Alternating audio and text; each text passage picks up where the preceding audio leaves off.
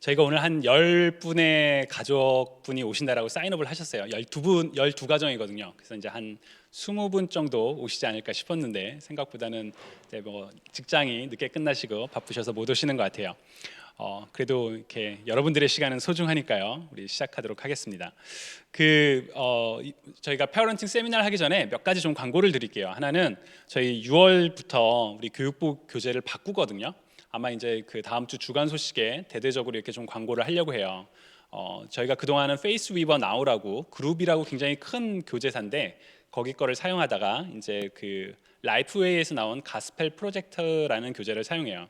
이 교재는 어떤 거냐면 모든 성경의 스토리가 예수님을 중심으로 되어 있다라고 이야기하는 교재예요. 그래서 이제 창세기에 심지어 뭐 아브라함의 이야기를 통해서 예수 그리스도의 모습을 확인하고 마지막 요한계시록에 이르기까지, 그래서 창세기부터 요한계시록까지 3년에 걸쳐서 그걸 이제 연대기적 성경 공부라고 그러거든요.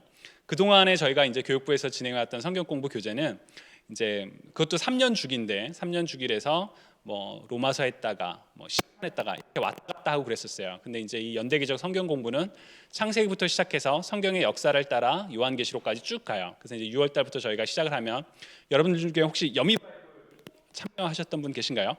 네, 다 참여하셨었군요. 그 여미 바이블에서 우리가 그 열왕기 상하, 역대 상하 막 읽었었잖아요.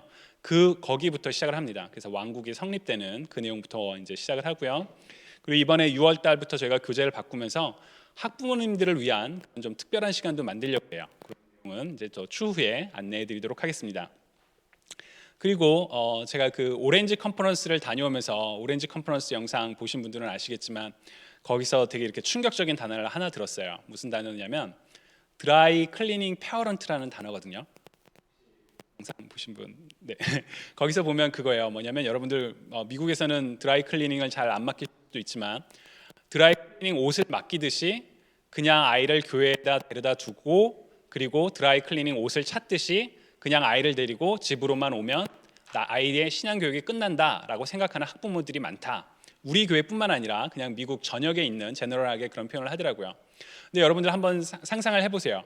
여러분들의 자녀를 일주일에 단 하루, 그것도 한 1시간 내지 2시간 정도 학교를 보내요. 그리고 난 다음에 그 아이들이 국어나 영어나 수학이나 혹은 뭐 다른 과목들을 다 잘하게 될 거라고 생각하는 건 정말 그 어불성설이겠죠. 말이 안 되죠. 근데 사실 우리가 우리 자녀들의 신앙 교육을 하고 있는 많은 부분들이 그런 부분이 있어요. 주일에 아이들을 주일학교 혹은 중고등부 예배만 보내면 우리 아이들의 신앙이 성장할 거라고 생각을 하죠. 근데 사실 그럴 수가 없잖아요. 그렇죠? 일주일에 2시간만으로는. 그래서 그 드라이 클리닝 페어런트가 되지 않도록 우리가 좀 더 어떻게 더 주중에 아이들을 잘 양육할 수 있을까, 그런 목적으로 이제 페어런팅 세미나를 여러 개를 하려고 합니다. 그 중에 이제 사실 오늘 하는 페어런팅 세미나는 이렇게 뭐 계획했던 건 아니에요. 근데 이제 우리 아이들이 와서 준비해야 되는 그 과정에 학부모님들을 위한 좀 이렇게 좀 짬짬이라고 해야 될까요? 그걸 위한 그거고요. 그래서 이제 당장 열게 될 2가지 세미나가 있어요. 하나는 12학년 학부모와 자녀를 위한 Before You Go 세미나입니다. 뭐냐면 자녀들이 고등학교를 마치고 대학교에 가기 전에 분명한 신앙의 확신이 없으면 여러분들도 아시겠지만 5명 중에 4명은 교회를 떠납니다. 이게 한 20, 30년 전부터 보고되던 그 학문적인 통계예요. 그걸 우리 사일런트 엑소더스라고 부르는데, 그러니까 분명한 컨빅션 없이 아이들을 보냈을 때 일어나는 그 일을 막기 위해서 12학년 학부모님들과 자녀들을 위해서 떠나기 전에 그런 컨빅션을 한번 가져보자. 근데 이 세미나는 12학년 부모님들이 타겟이지만 다른 학부모님들도 함께 참여하실 수 있게 준비를 할 겁니다. 한 3주 내지 4주로 구성을 하고 있어요. 그리고 이제 보다 제너럴하게 하는 거는 성경적인 자녀 양육, 우리가 어떻게 할 것인가. 아까 처음에도 말씀드렸던 것처럼 드라이 클리닝 페어런트가 아닌 정말 아이들을 잘 양육하는 부모를 우리가 어떻게 할 수 있을까. 사실 저도 부모지만 쉽지 않거든요. 네, 들어오시면 됩니다. 네, 그래도 이렇게 많은 분들이 오셔서 마음이 좀 뿌듯해졌습니다. 감사합니다. 한 10주 차로 운영을 할 거예요. 저 여기 보시는 이 그림이 그 책이거든요. 인텐셔널 페어런팅이라는 그 책인데, 그 책을 통해서 저도 이렇게 함께 부모님들과 우리가 어떻게 하면 자녀를 성경적으로 잘 양육할 수 있을까, 그 내용을 진행해 보려고 합니다.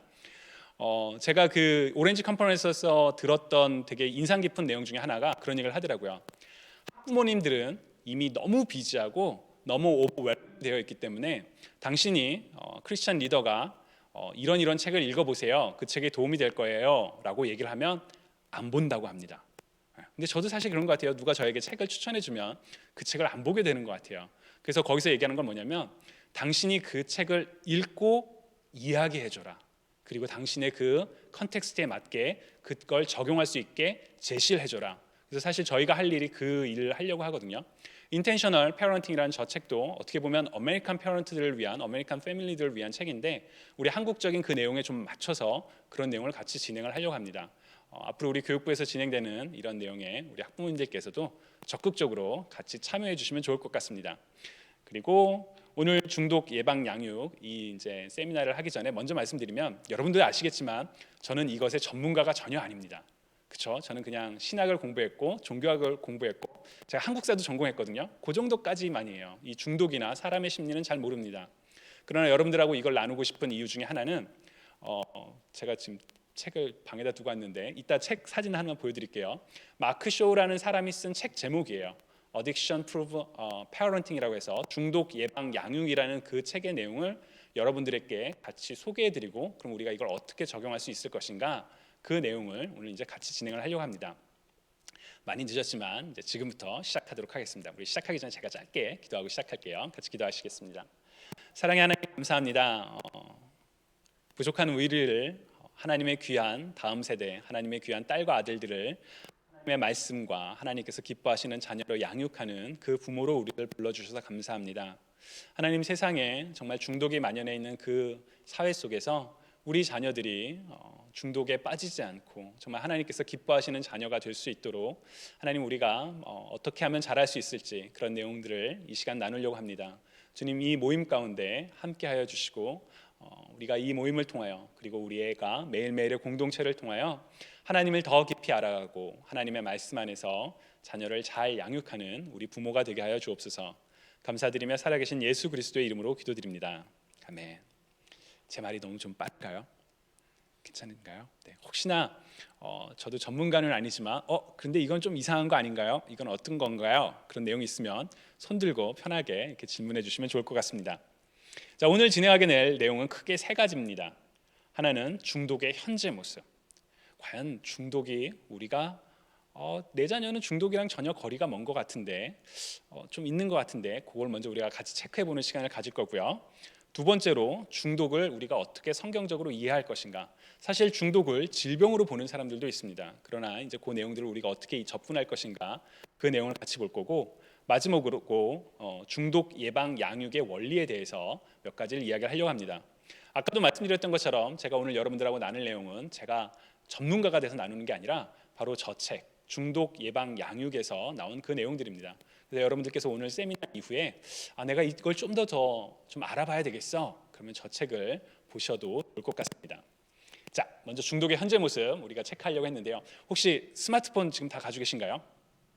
네. 자, 그러면 뭘 할 거냐면 중독 예방 양육의 설문을 할 거예요. 그래서 여기 보이시는 저 QR 코드를 찍어 보셔도 되고요. 근데 제가 해보니까 잘 안 되더라고요. 저희 교회 홈페이지 kpca albany.org 저기 가시면 중독 예방 양육이라고 배너가 있거든요. 그 배너를 클릭하시면 저 설문으로 넘어갑니다. 미리 말씀드리지만 여러분들께서 사실 이 설문은 철저한 익명입니다. 저도 여러분들이 누가 어떤 대답을 했는지 전혀 알 수 없어요. 그러니까 부담 없이 솔직하게 한번 대답을 해주시면 좋을 것 같습니다. 한 10분 정도 시간을 갖도록 할게요. 그래서 우리 교회 홈페이지 kpca albany.org 가셔서 중독 예방 양육 그 배너를 클릭하시면 설문으로 넘어갑니다. 솔직한 그런 내용을 부탁드립니다. 혹시나 그 잘 안 되시면 손 들으시면 제가 이렇게 접속하실 수 있게 도와드릴게요. 네, 지금 하십니다. 그리고 여러분들이 왜 지금 하냐면 여러분들이 그 한 결과가 익명이지만 결과가 다 모이거든요. 그래서 같이 한번 볼 거예요.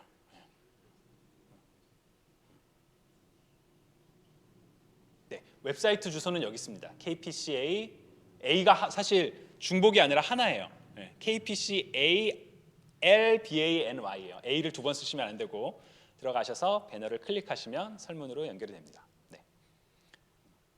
사실은 아까 두 분 오셨을 때 이거 두 분이면 너무 뻔한데 어떡하지 막 고민이 있었거든요. 근데 지금 이제 충분히 많이 계시기 때문에 누가 누군지 전혀 알 수 없으니까 한번 여러분들이 이렇게 해보시면 좋을 것 같아요.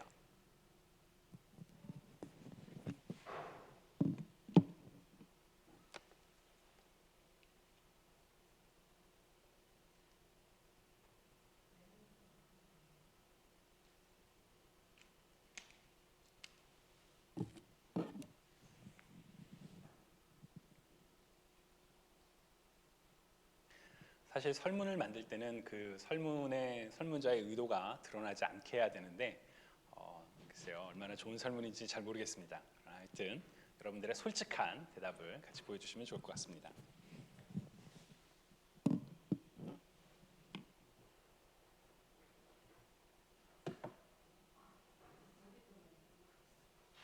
제가 도와드릴게요.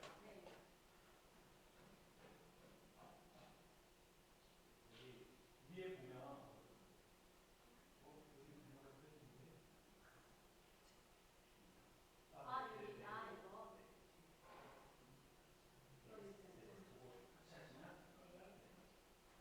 부부가 각각 따라하셔도 좋을 것 같습니다.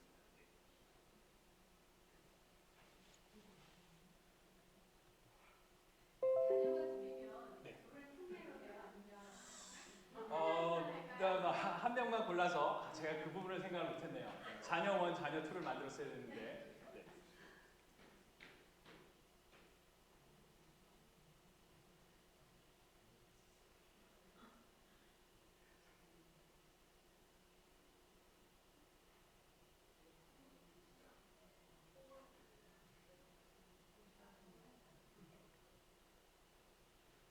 네, 혹시 아직 접속하시는데 어려움이 계신가요? 네, 다들 접속하셨죠?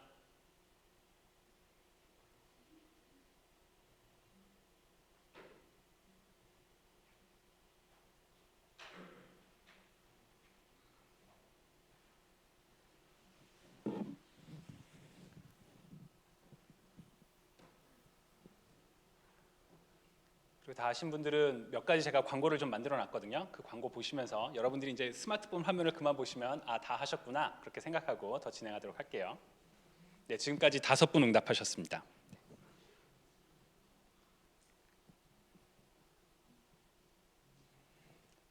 늦게 오신 분들을 위해서 다시 근데 제가 처음 시작하면서 광고를 했었죠. 네, 근데 인텐셔널 페어런트 클래스 할 거고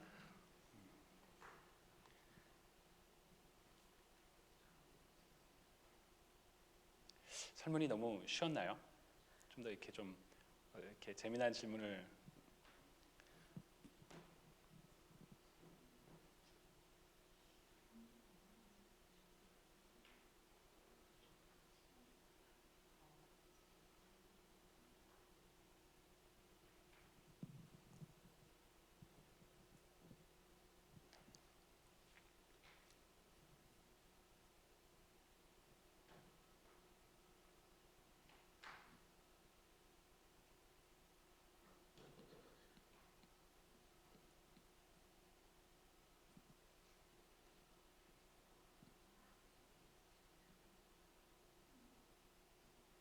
특히나 그 설문에서 중독을 극복하는 혹은 중독을 예방하기 위해 했던 부모님들의 노하우 그런 노하우도 우리가 같이 보면 좋을 것 같다는 생각이 들어요. 그리고 또 하나 중요한 것 중에 하나는 성경적 자녀 양육에서 굉장히 중요한 포인트 중에 하나는 나는 하나님을 잘 모르는데 내 자녀는 하나님을 잘 알게 하고 싶다.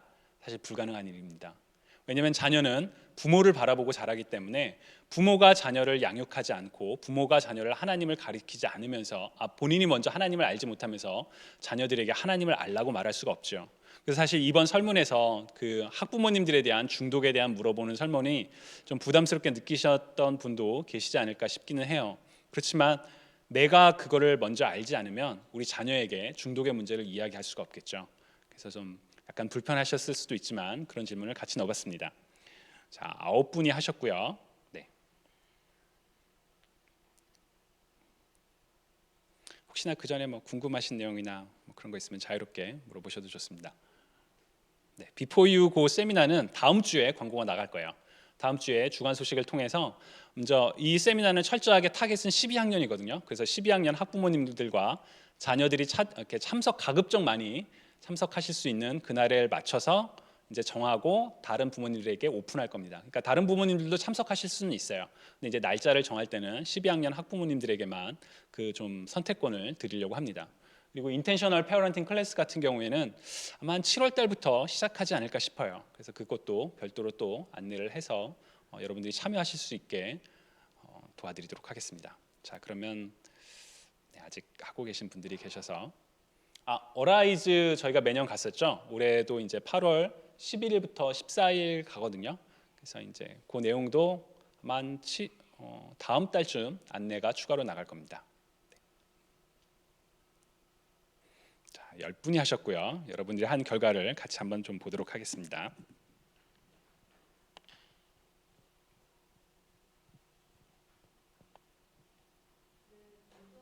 네. 네.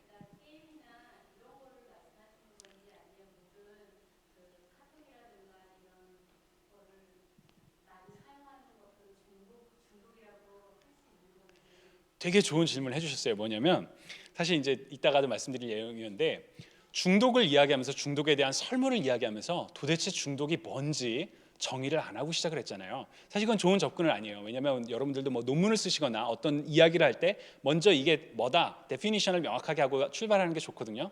근데 한편으로는 일부러 의도적으로 이렇게 했던 이유는 뭐냐면 우리가 막연히 생각하는 중독이 어떤 게 있을까? 이것도 정말 중독일까? 그런 여러분들이 한번 이렇게 좀 생각해 보실 수 있는 정말 의도적으로 한 거거든요. 그래서 한번 일단 이 결과를 같이 보면서 이야기를 해보도록 하겠습니다. 자, 먼저 자녀에게 중독 증상이 있습니까? 0부터 이제 10까지인데요. 원래는 0부터 5까지 해보려고 했는데 그러면 너무 이제 결과가 좀 뻔할 것 같아서인데 생각보다 그래도 이제 좀 절반으로 나눠서 보면 그래도 있다가 한 좀 많다가 4분 정도 계시고 그리고 우리 한 6분 정도는 보통 중간 이하 그렇게 이제 말씀을 하신 것 같아요. 자, 자녀에게 중독 증상이 있다면 어떤 형태인가요? 스마트폰 게임, 스마트폰 유튜브, 온라인 게임, 인터넷 게임, 스마트폰 유튜브. 네, 그렇죠. 사실 원래 중독하면 우리가 보통 생각하는 거는 드럭이나 아니면 알코올이나 이런 걸 많이 생각을 하잖아요. 근데 우리가 실제 자녀하고 이야기할 때는 저런 스마트폰이 굉장히 좀 중요한 우리들에게 챌린지가 되는구나 그런 생각을 했었는데 정말 결과도 그렇게 나오는 것 같습니다. 그리고 자녀의 중독을 예방하기 위해 사용했던 방법이 있다면 알려주세요. 사실 굉장히 중요한 우리 학부모님들의 노하우를 나누는 시간이 되겠죠. 기준을 주고 못 쓰게 합니다. 말로 설명을 합니다. 와이파이를 차단합니다. 노 인터넷, 인터넷을 끊고 시간을 제한하고 밤에 휴대폰을 반납하도록 사용 금지, 사용 시간 제한, 규칙을 정한다. 시간을 정해놓고 그 시간 동안만 하도록 한다. 타임아웃, 종종 중독 사례를 이야기하며 경각심을 준다. 보시면 아시겠지만 대부분의 우리가 하고 있는 대응 방법은 시간을 정하거나 못하게 하는 것, 그게 이제 중독을 우리가 자녀들을 예방하는 혹은 치유하는 그런 방법이라고 볼 수 있겠죠. 자, 이 방법이 과연 좋은 건지 옳은 건지는 이따 잠시 후에 더 이야기를 하도록 하겠습니다. 자, 중요한 우리 학부모 설문, 우리 부모님들께서 솔직하게 답변해 주셨으리라 기대합니다. 네, 우리 부모님 중에는 중독 증상이 조금 있다라고 이제 좀 있는 것 같다. 이제 3분 정도가 계시고 나머지 7분들은 아니 잘 없다, 거의 없다 그렇게 이제 대답을 해주셨고요. 자, 본인에게 중독 증상이 있다면 어떤 형태인가요? 온라인 쇼핑, 스마트폰, 인터넷 서칭, 카톡. 네, 그래도 우리 부모님들은 우리 재정권이 있어서 그럴까요? 이제 온라인 쇼핑 카테고리가 하나 더 들어가네요. 자, 본인이 중독을 예방하기 위해서 오프라인 쇼핑. 이거 참신한데요. 온라인 쇼핑을 하기 위해서 네, 좋은 것 같습니다. 네, 스마트폰 사용을 당분간 금지한다. 없다. 연락이 오는 것이 아니면 스마트폰을 열지 않도록 노력한 적이 있다. 학교 후에 핸드폰을 내려놓는다. 없었던 것 같습니다. 네. 그리고 오늘 기대하는 것 없습니다. 언제부터 갖게 하는 게 좋을까요? 현실적인 중독 해결 방법을 보여주세요. 네, 자 그러면 본격적으로 오늘 내용을 같이 시작해 보도록 하겠습니다. 자, 먼저 중독의 성경적 이해를 우리가 이야기하기 앞서서 과연 중독이 뭔가 이거에 대한 정의를 할 필요가 있겠죠. 중독은 보통 세 가지로 세 가지 그 정의하기 전에 여러분 중독이라는 단어가 한국 단어에 두 가지 의미가 겹쳐 있는 거 아세요? 중독하면 첫 번째 우리가 하는 게 intoxication, 독과 같은 유해 물질에 의해서 신체가 반응하는 형상. 사실 우리 그거 중독이라고 그러잖아요. 근데 우리가 일생생활에 독에 중독되거나 이런 모습은 잘 없죠. 근데 아마 여러분들이 예상하셨던 대부분의 중독은 바로 이걸 겁니다. 일종의 습관성 중독으로 심리적 의존이 있어 계속 물질을 찾는 행동을 하고 신체적 의존이 있어 중단하지 못하며 신체적, 정신적 건강을 해치는 상태. 이제 이 네이버 지식백과에 나온 중독에 대한 정의인데요. 보통 우리가 어딕션이라고 얘기하는 그 중독이죠. 근데 여기에는 그 중요한 세 가지 키워드가 있어요. 하나는 그래서 보통 이제 탐닉, 과몰입 이렇게도 표현을 하기도 하는데 여러분 그 이틀 전인가 3일 전에 그 게임 중독 100분 토론하는 거 혹시 보셨나요? 거기서 이제 게임 학회인가 그분이 나오셔서 중독이 아닙니다. 게임을 하는 건 그냥 과몰입뿐입니다. 중독은 너무 네거티브한 단어입니다. 막 이런 얘기도 했었는데 여기에 그 세 가지 키워드가 하나는 습관적이에요. 여러분 습관이 저희가 원래 하려고 했던 못한 것 중에 하나가 그 거룩한 습관 세미나도 하나 또 있거든요. 그것도 꼭 하도록 하겠습니다. 근데 뭐냐면 여러분 오늘 여러분 양치질 하실 때 치약을 어느 쪽으로 짜시나요? 중간에 짜시나요? 아니면 막 끝부분을 짜시나요? 치약을 왼손으로 드시나요? 오른손으로 드시나요? 나 그거 생각해 본 적 없는데 그게 바로 습관입니다.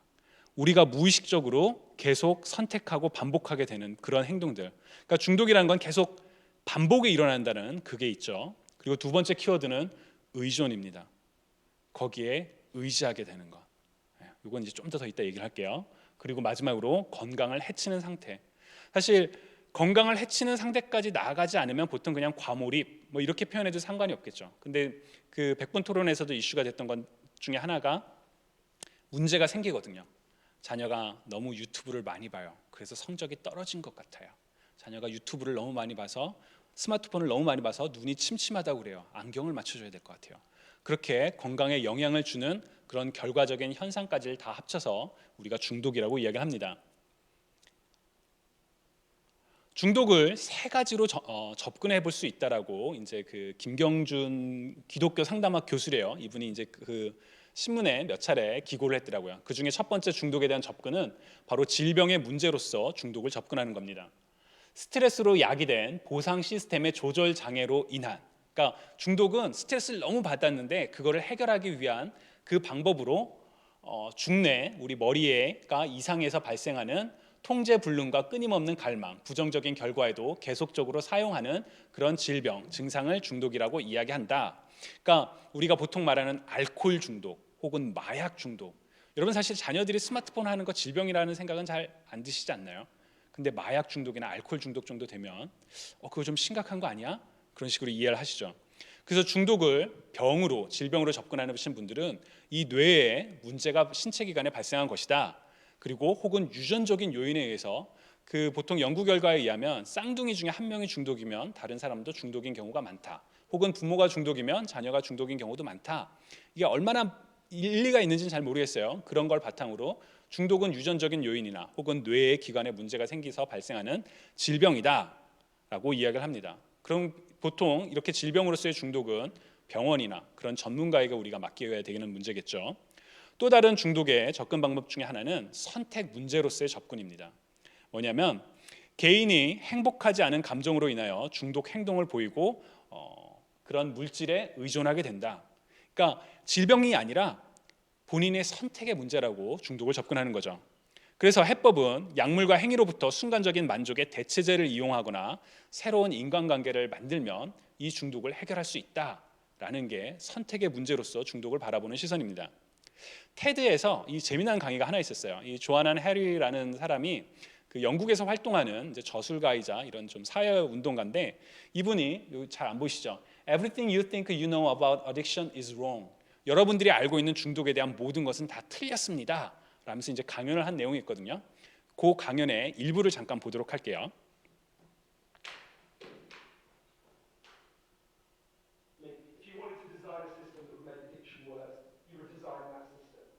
Now, there's a place that decided to do the exact opposite, and I went there to see how it worked. In the year 2000, Portugal had one of the worst drug problems in Europe. 1% of the population was addicted to heroin, which is kind of mind-blowing. And every year, they tried the American way more and more. They punished people and stigmatized them and shamed them more. And every year, the problem was worse. So one day, the Prime Minister and the leader of the opposition got together and basically said, look, we can't go on with a country where we're having ever more people becoming heroin addicts. Let's set up a panel of scientists and doctors to figure out what will genuinely solve the problem. And they set up a panel led by an amazing man called Dr. Juan Gulana to look at all this new evidence. And they came back and they said, decriminalise all drugs, from cannabis to crack. And this is the crucial next step. Take all the money we used to spend on cutting addicts off, on disconnecting them, and spend it instead on reconnecting them with the society. And that's not, essentially, that's not really what we think of. What they did wasn't really what we think of as drug treatment in the United States and Britain. So they do residential rehab, they do psychological therapy that does have some value. But the biggest thing they did was the complete opposite of what we do. A massive program of job creation for addicts and microloans for addicts to set up small businesses. So say you used to be a mechanic. When you're ready, they go to a garage and they'll say, if you employ this guy for a year, we'll pay half his wages. The goal was to make sure that every addict in Portugal had something to get out of bed for in the morning. And when I went and met the addicts in Portugal, it was fascinating. What they said is, as they rediscovered purpose, they rediscovered bonds and relationships with the wider society. It'll be 15 years this year since that experiment began, and the results are in. Injecting drug use is down in Portugal, according to the British Journal of Criminology, by 50%, 50%. Overdose is massively down, HIV is massively down among addicts, addiction in every study is significantly down. One of the ways you know it's worked so well is that almost nobody in Portugal wants to go back to the old system. Now that's the kind of political implications. Actually, it's a layer of implications for all this research below that. You know, we live in a culture where people feel really increasingly vulnerable to all sorts of addictions, whether it's to their smartphones, or to shopping, or to eating. You know, before these talks began, you guys know this, that we were told we weren't allowed to have our smartphones on. And I have to say, a lot of you looked an awful lot like addicts who were being told their dealer was going to be unavailable for the next couple of hours. And yeah, a lot of us feel like that. And it might sound weird to say, oh, you know, I've been talking about how disconnection is a major driver of addiction. But weird to say it's growing because you think, well, we're the most connected society that's ever been, surely. But I increasingly began to think that the connection we have, the connections we have, we think we have, are like a kind of parody of human connection. If you have a crisis in your life, you'll notice something. It won't be your Twitter followers who come to sit with you. It won't be your Facebook friends who help you turn it around. It'll be your flesh and blood friends who you have deep and nuanced and textured face-to-face relationships with. And I think there's a study I learned about from Bill McKibben, the environmental writer, I think tells us a lot about this. It looked at the number of close friends the average American believes they can call on in a crisis. That number has been declining steadily since the 1950s. The amount of floor space an individual has in their home has been steadily increasing. And I think that's like a metaphor for the choice we've made as a culture, right? We've traded floor space for friends, we've traded stuff for connections, and the result is that we are one of the loneliest societies there has ever been. 되게 좀 저는 여러 가지 면에서 이 사람이 말한 게 굉장히 시사점이 있다고 생각해요. 하나는 중독이 선택의 문제다. 그리고 중독 이 앞에 강연을 보면 그 사람 중독자들이 겪고 있는 어떤 그 중독의 원인들에 대해서 좀 이야기를 해요. 근데 저 외로움 그런 문제들을 지적을 하죠. 근데 보통 중독을 질병으로만 접근을 한다면 그거를 끊고 그리고 중독자들이 사회에 악 영향을 끼치지 않게 배척하면 된다라고 생각을 했는데 이 사람은 그렇지 않다라는 거예요. 오히려 그 사람들이 더 사회와 커넥티드 되게 연결되도록 기회를 만들고 어떻게 보면 대체제라고 할 수 있죠. 일을 준다라는 건. 그리고 사람과 사람이 더 만날 수 있도록 그런 기회를 제공하는 것. 인간관계를 만들어가는 것이 바로 중독을 치유할 수 있는 방법이라고 이야기를 합니다. 근데 마지막 부분에 이야기하는 그 충격적인 건 그거죠. 오늘날 아까 부모님들도 그 응답하셨지만 자녀들의 중독 증상을 보이는 가장 많은 내용들이 바로 스마트폰하고 연관되어 있잖아요. 온라인하고 연관되어 있잖아요. 그러니까 결국 이 현상이 맞다면, 이 사람의 주장이 맞다면 자녀들에게는 중독의 문제는 점점 더 커질 수밖에 없지 작아질 수는 없다고 우리가 추정해 볼 수도 있어요. 추정이죠. 그렇지만 자녀들이 저 사람이 얘기한 것처럼 정말 인간관계가 점점 단절되고 그 외로움 속에서 무언가를 더 찾기 시작하고 그렇다면 그 중독으로 점점 빠질 수밖에 없는 그런 악의 연쇄고리에 이미 들어가기 시작한다는 거죠. 중독을 이해하는 세 번째 접근은 사실 오늘 여러분들과 이제 집중적으로 나눌 부분은 바로 이겁니다. 중독을 영적인 문제로 인식하는 거예요. 여기에는 많은 사람들이 이미 중독을 영적인 문제로 설명을 합니다. 예를 들어 에드워드 웨치라는 이제 실천신학 교수예요. 이 사람은 중독은 영적 주권의 문제다. 누가 당신의 주인인가? 하나님인가? 욕구인가? 지금 스마트폰을 하고 싶어하는, 유튜브를 생각하고 싶어하는. 사실 저희 아이들도, 제가 이제 4학년, 2학년 아이들이 있잖아요. 매일같이 끊임없이 게임 이야기를 해요. 러블락스에서는 말이지, 그 로벅스를 사면 말이지, 이러면서 결국 그 아이의 마음속에는 거기가 꽂혀 있는 거거든요. 그럼 과연 우리는 한번 이런 생각을 해봐야 돼요. 내가 가장 많이 생각하는 거, 그게 사실 우리의 주인이잖아요. 우리의 삶을 이끄는 거잖아요. 우리 성인들의 혹은 부모들에게 가장 그것 중에 하나는 돈일지도 모르겠어요. 돈이 있어야지 살아가니까. 근데 우리가 돈 생각하면 돈이 우리의 주인이 된다고 이야기를 하죠. 그래서 영적 주권의 문제라고 이야기를 해요. 또 제랄드 메이라고, 이 사람은 이제 그 의사거든요. 근데 심리학자이자 또 신학도 공부했던 사람이래요. 우리의 하나님을 향한 열망을 우리가 집착하는 대상을 통해 채우려 하는 것이 바로 중독이다.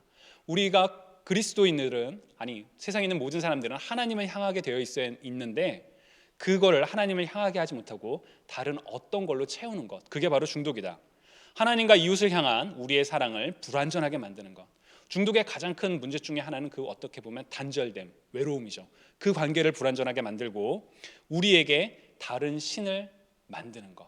아까도 얘기했지만 끊임없이 어떤 것을 계속 반복한다면 사실 그게 우상일 수가 있잖아요.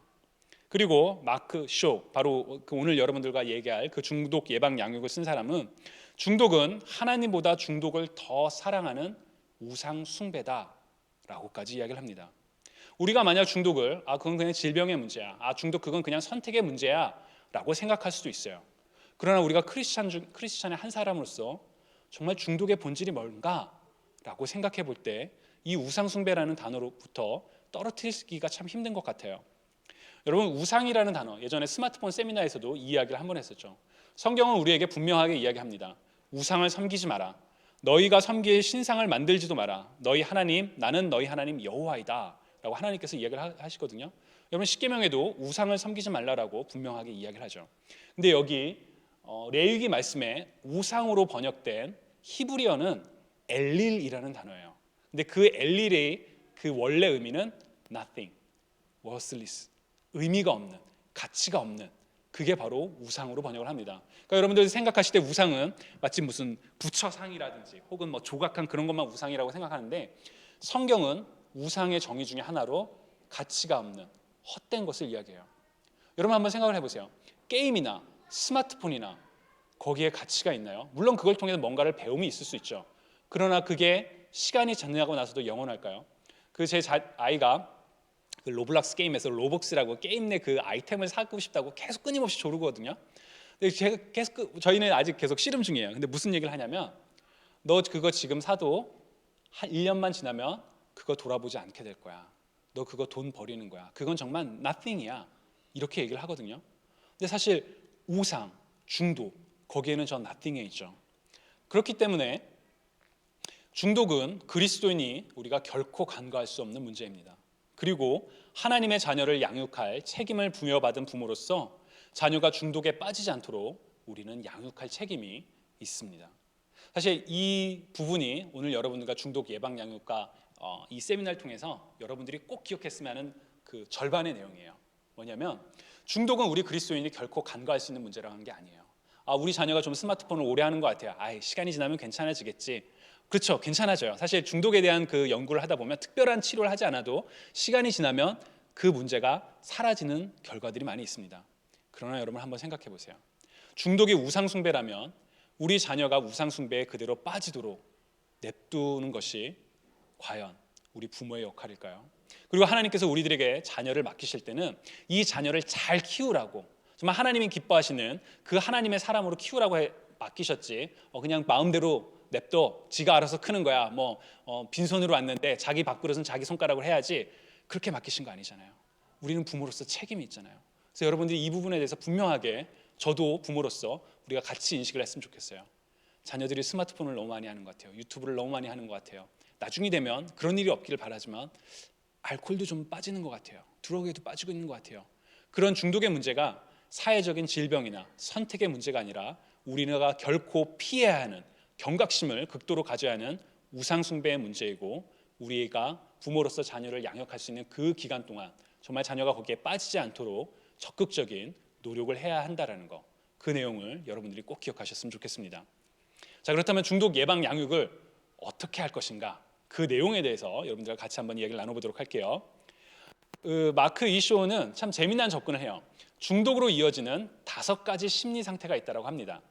첫 번째는 권리의식, 이 멘탈리티로 이제 설명을 해요. 그리고 두 번째로는 소비자의식, 세 번째로는 희생자의식, 네 번째로는 소멸의식, 그리고 다섯 번째로 반항. 이 5가지의 단계가 차근차근 쌓이면서 자녀가 중독에 빠지게 됩니다. 한 사람이 중독에 빠지게 됩니다 라는 걸 설명을 해요. 그리고 이 전제에 중요한 전제가 하나 있어요. 바로 이겁니다. 우리 한번 같이 읽어볼까요? 시작.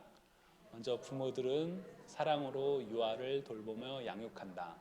처음에 부모들은 어린 누구누구가 항상 만족하고 행복하도록, 그리고 슬퍼서 울지 않도록 최선을 다해야 한다는 잘못된 신념을 가졌다.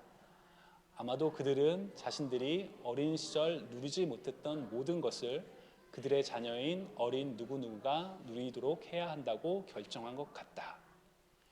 이 사람이 이야기하는 중독에 빠지는 전제예요. 여러분, 이게 잘못된 신념인가요? 여기서 뭐가 문제일까요? 네?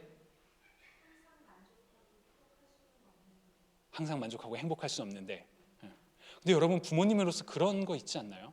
저도 제가 어렸을 때 겪었던 그거를 나는 내 자녀는 겪지 않게 하겠어. 나는 정말 그때 그 나이키 운동화 한번 신어보고 싶어서 막 그렇게 울며 뗐었었는데 나는 내 자녀가 그러지 않도록 좀 사주겠어. 그런 마음 해보신 적 없나요? 근데 그 전제가 문제가 있더라는 거예요. 왜 문제가 있냐면 바로 성경적 자녀 양육과 맞지 않기 때문입니다. 여러분, 성경적인 자녀 양육이 뭘까요, 도대체? 성경적 자녀 양육의 목적은 자녀, 다음 세대들이 하나님을 알고 하나님께 소망을 두는 삶을 살도록 하는 것이 바로 성경적인 자녀 양육입니다. 왜냐하면 성경에서는 분명히 이야기합니다. 이렇게 하신 것은 그 자녀들이 그것을 배우고 다시 그들의 자손들에게 가르쳐 대대로 전하기 위해서였습니다. 그러면 그들은 모두 하나님을 믿고 의지할 것이고 하나님께서 하신 일들을 잊지 않을 것이며 그의 명령을 지킬 것입니다. 그러면 자녀들에게 왜 성경을 가르쳐야 하냐? 자녀들이 하나님께 소망을 두고 하나님의 말씀대로 살아가기 위해서 우리가 자녀를 성경대로 양육을 해야 되는 거죠.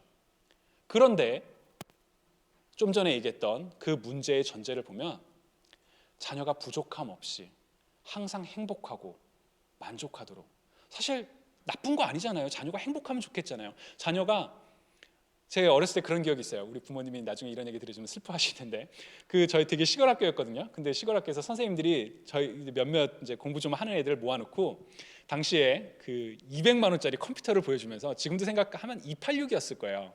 여러분 그 286 아시나요? 막 이렇게 도트만 치는, 이게 지금 이제 아이들이 컴퓨터를 공부해야 되는데 이거를 엄마 아빠가 사줄 수 있는지 한번 물어봐라, 그 얘기를 했어요. 그래서 제가 철이 없었죠. 가서 얘기를 했어요.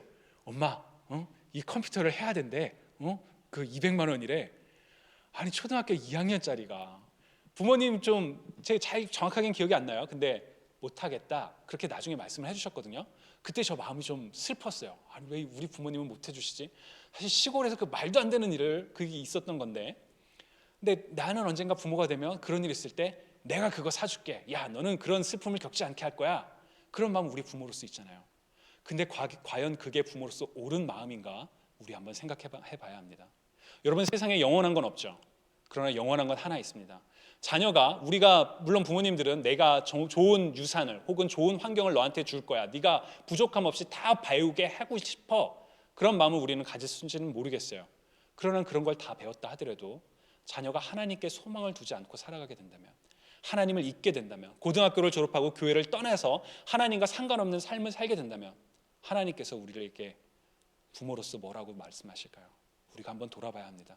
성경적 자녀 양육은 정말 그 전제, 자녀를 무조건 행복한, 아까 우리 김민 선생님께서 잘 말씀해 주셨는데 항상 행복하게 살 수는 없거든요. 근데 항상 행복하게만 해야 되겠다라는 거기서부터 문제가 발생을 합니다.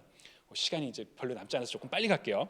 먼저 권리의식을 보면은 자식이 받는 것보다 더 많은 것을 받을 만한 자격이 있다라고 자녀가 생각하는 거예요. 하나님을 위해 사는 것은 부차적이고 자기를 위해 사는 것이 가장 중요하고, 부모가 자녀의 필요와 욕구를 구분하지 못하고 모든 욕구를 들어준다면 자녀의 권리의식을 키우고, 자녀들은 자신의 욕구가 충족되지 못할 때 분노, 절망, 중독적인 선택과 행동으로 이어진다. 쉽게 말하면 권리의식은 뭐냐면, 이건 내 권리예요, 나는 이거 받아야 돼요, 나는 이거 누릴 수 있어요 라고 생각한다는 거죠. 거기가 첫 출발점이라는 거예요. 근데 그 권리의식을 부모가 만든다는 거죠. 어렸을 때부터 오냐 오냐 다 사주고 다 해주고, 그게 자녀들이 당연하다라고 생각하는, 나의 권리라고 생각하는, 거기가 출발점이라고 얘기를 합니다. 권리의식이 좀 더 커지면 소비자의식으로 넘어갑니다. 소비자의식은 뭐냐면, 소비자는 기본적으로 한 사람, 자기를 즐겁게 하는 데 관심이 있다. 쉽게 말해서 내가 물건을 소비하고 소비자가 왕이야, 나는 누릴 걸 다 누려야 돼. 권리의식이 좀 더 커진 거죠. 소비자가 되는 것이 죄의 자체는 아니지만 본래의 목적이 아닌 자신의 쾌락을 위해 지나치게 사용하는 소비자의식은 해롭다라고 이 사람은 이야기를 합니다. 소비자의 자기 중심적 사고방식은 사람과 사물을 쾌락의 대상으로 보고 이기적인 것으로 사용하고 소비하게 된다는 거죠. 말 그대로 그냥 나의 만족을 위해서 내가 배고플 때 먹을 걸 사는 것처럼 다 물질을 그렇게 인식을 하는 거예요. 부모는 자녀를 소비자로 키울 수 있다. 이게 저는 이 예화를 보면서 깜짝 놀랐어요. 여러분, 어린 자녀가 막 울고불고 난리칠 때 우리 뭐 하죠? 관심을 돌리기 위해서 이거 사줄게, 좀만 참아, 타겟에 가서 우리 그거 하게 할게, 그렇게 이야기를 하잖아요. 자녀에게 참지 못하는 욕구가 생겼을 때 너의 외부에 있는 어떤 물질을 제공함으로써 너의 문제를 해결해 줄게, 그런 부모의 태도가 자녀에게 무의식적으로 소비자의식을 키운다라고 이 사람은 지적을 합니다. 그게 좀 더 커지면 이제 희생자의식으로 발전해요. 희생자의식은 뭐냐면, 자신의 권리와 소비자의 욕구가 충족되지 않을 때 unfair, 난 부당해, 부당함을 내가 지금 희생받고 있어 라고 느끼며 다른 사람에게 책임을 돌리고 비난하는 거예요. 엄마 아빠가 나한테 이걸 안 해줘서 내가 이렇게 된 거야 라고 이야기를 한다는 거죠. 책임을 전가하는 거. 근데 사실 부모님들도 자녀를 이렇게 양육할 때가 있어요. 여러분, 여러분들 중에 그러진 않겠지만 어린 자녀가 가다가 넘어졌어요. 그러면 부모님들 중에 많은 분들이 하는 게 뭐죠? 뗐지, 이 바위가 잘못했네, 그렇게 얘기를 하잖아요. 그냥 우리 뭐 그럴 수도 있지, 재미지, 이렇게 생각할 수도 모르지만 저 사람은, 이 저자는 그렇게 얘기를 해요. 그런 식으로 자녀가 실수했을 때 내가 잘못해서 문제가 생긴 게 아니라 다른 사람에게 혹은 다른 대상으로 책임을 돌리게 한다. 근데 사실 여기가 어디서 갈등이 생기겠냐면, 우리 부모들이 혹은 우리 한국 사회에 한동안 가장 유행했던 게 자존감이잖아요. 자존감을 키워줘야 된다. 근데 그 부분하고 저는 좀 충돌이 있는 것 같아요. 왜냐하면 자녀들의 자존감을 키워주기 위해서 네 잘못이 아니야 라고 자녀들 스스로, 나는 지금 희생자야, 내가 잘못한 게 아닌데 억울하게 이 일을 당하고 있어 라고 하게 한다는 거죠. 부모가 자녀의 실패를 허용하지 않고 자녀의 책임을 대신 지는 일이 반복되면 자녀의 희생자를 의식을 키우게 된다. 저 사람이 저 얘기를 하면서 무슨 예화를 드냐면, 학교에서 자녀가 친구를 때렸어요. 그래서 자녀가 정학을 받게 됐어요. 그럼 부모로서 여러분들은 어떤 선택을 하실 건가요? 가서, 모르겠어요, 이게 미국은 좀 다르겠지만 한국 사회 같으면은 막 교장 나오라 그래 막 이러면서 막 우리 아이들은 그렇게 나쁜 애가 아니에요. 그래서 그 정학을 만약 막았다, 그게 문제라는 거예요. 왜냐하면 자녀가 잘못한 일에 대해서 그 책임을 충분히 반성하고 하지 않고 부모가 그 문제를 대신 해결해 줌으로써 자녀가 언젠가 내 문제가 생겼을 때 부모가 해결해 줄 거야, 이건 내 문제가 아니야 라는 그런 의식을 키우게 된다는 거죠. 그리고 그게 더 커지면 소멸의식으로 연결된다고 합니다.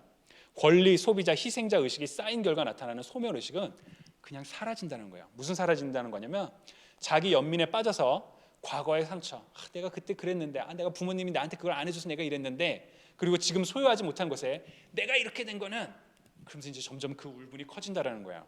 그리고 자기만의 세계에 초점을 맞추기 때문에 점점 더 외로움에 빠지게 된다고 합니다. 사실 중독으로 넘어가는 가장 큰 트리거가 저희 외로움인 것 같아요.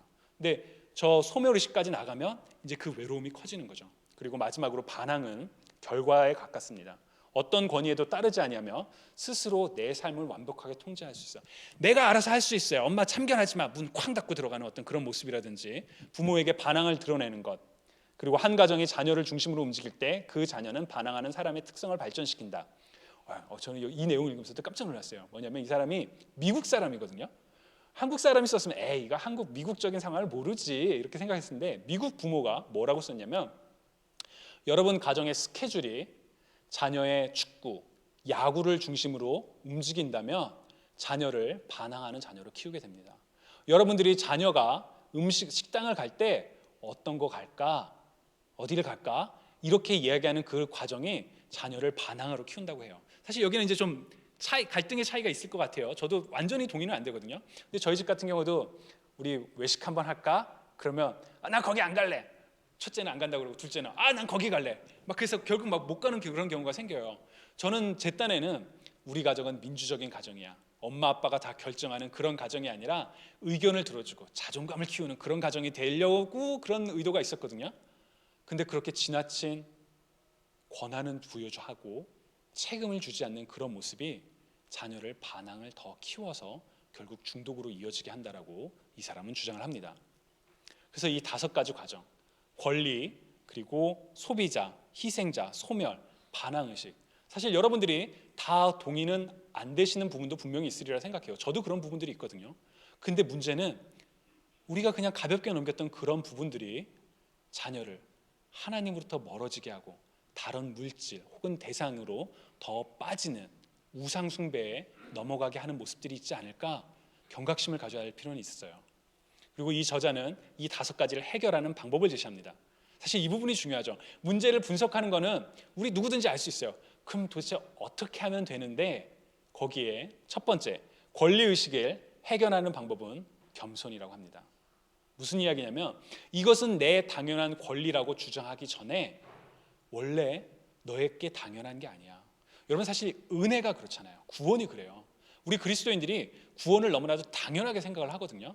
그래서 그 본 회퍼라는 사람은 값싼 은혜로 칩 그레이스로 바꾼다라는 표현까지 쓰죠.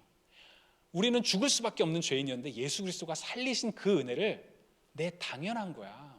내가 교회 다니는데 내가 믿음으로 구원을 얻는 건데 그렇게 생각을 한다는 거죠. 그래서 권리의식의 반대는 겸손을 가르쳐야 한다. 그리고 소비자의 반대는 나눔을 가르쳐야 된다. 뭐냐면 막 자녀가 막 난리가 났어요. 이번 시험에만 잘하면 그거 사줄게. 그게 아니라 어떤 물건이 그런 게 누구에게 이 물건을 좀 같이 나눠주면 어떨까? 누구를 위해서 선물을 사면 어떨까? 그런 식으로 나누는 것을 소비자로서 소유하는 것보다 나누는 것을 더 가르치라고 이야기를 합니다. 또 희생자 의식의 반대는 책임을 주라는 것. 사실 희생자 의식의 굉장히 중요한 부분은 뭐냐면 내 책임이 아닌데 내가 억울해. 근데 사실 우리는 죄인으로 태어났거든요. 그리고 그 죄의 분명한 무게를 가르쳐줘야 되는데 부모로서 자녀를 너무 사랑하다 보니 그 책임을 전가 안 하는 부분이 있는 것 같아요. 근데 이 책에서는 분명하게 그 책임을 확실하게 너무 적지도 너무 많지도 않게 정확하게 가르치라고 이야기를 합니다.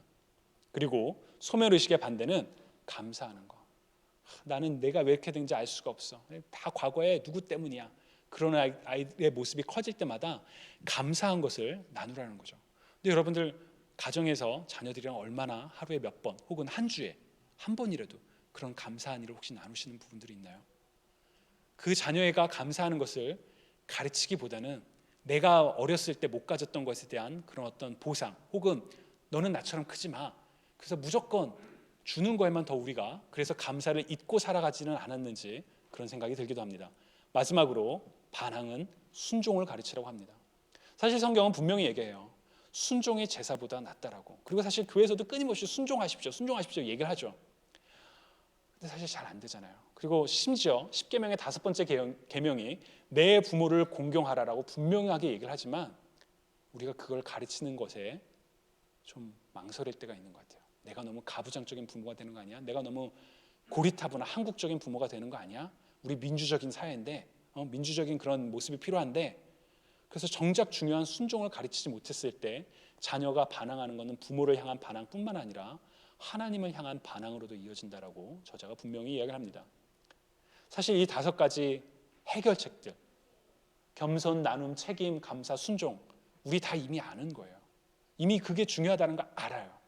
근데 문제는 저 내용을 어떻게 자녀들에게 가르칠 수 있을 것인가 거기에 우리가에게 또 한 가지 큰 그런 도전이 있는 것 같습니다. 그래서 그걸 어떻게 가르칠 수 있을 건가 앞으로 여러분들과 함께 하게 될 인텐셔널 패러런팅 클래스를 통해서 우리가 어떻게 자녀들을 의도적으로 자녀를 잘 저런 성경적으로 양육할 수 있을까 그 내용을 같이 나누려고 합니다. 그래서 여러분들 오늘 사실 오늘 중독 예방 양육 세미나의 가장 큰 목적은 우리 중고등부 학생들이 열심히 부모님들을 모시기 위해서 준비하는 동안 여러분들과 함께 시간을 갖기 위한 그런 목적이었는데 일종의 그 예고편이라고 생각하면 좋겠어요. 프롤로그.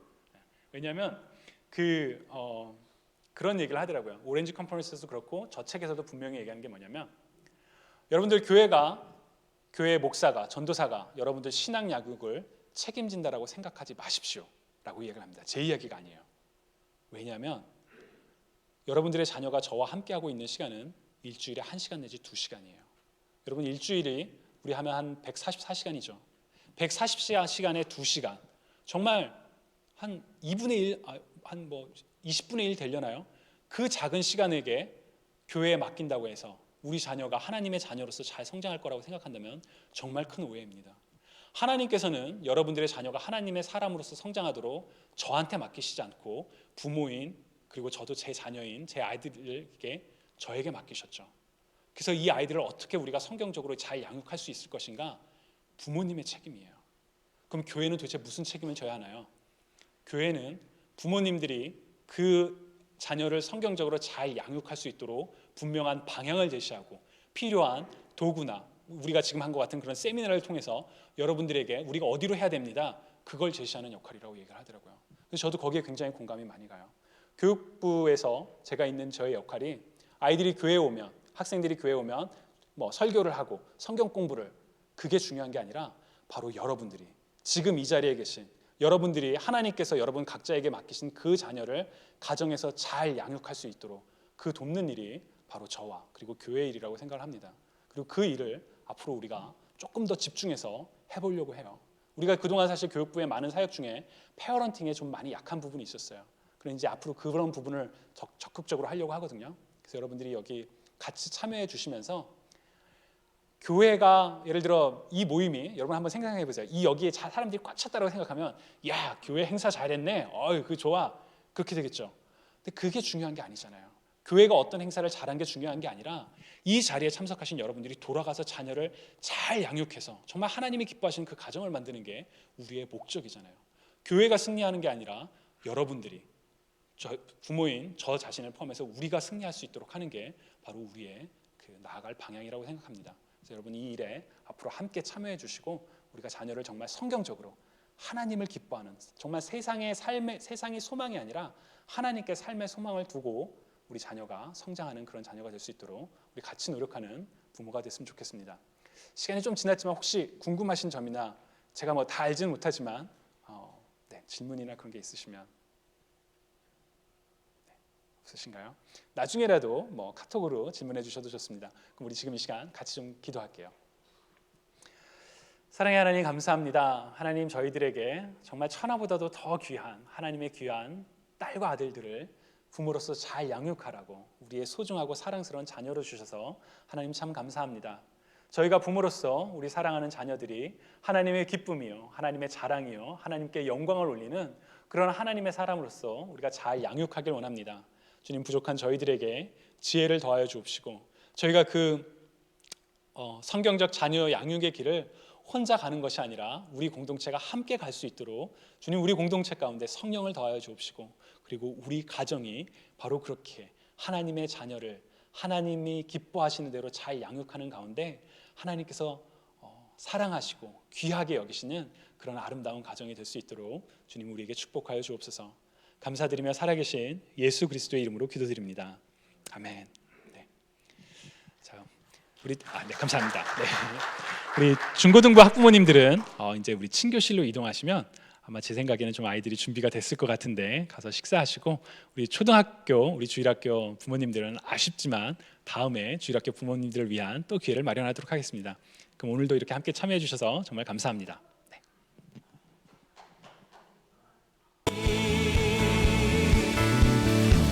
다시 한번 찬양하기 원합니다. 하늘 위에 주님밖에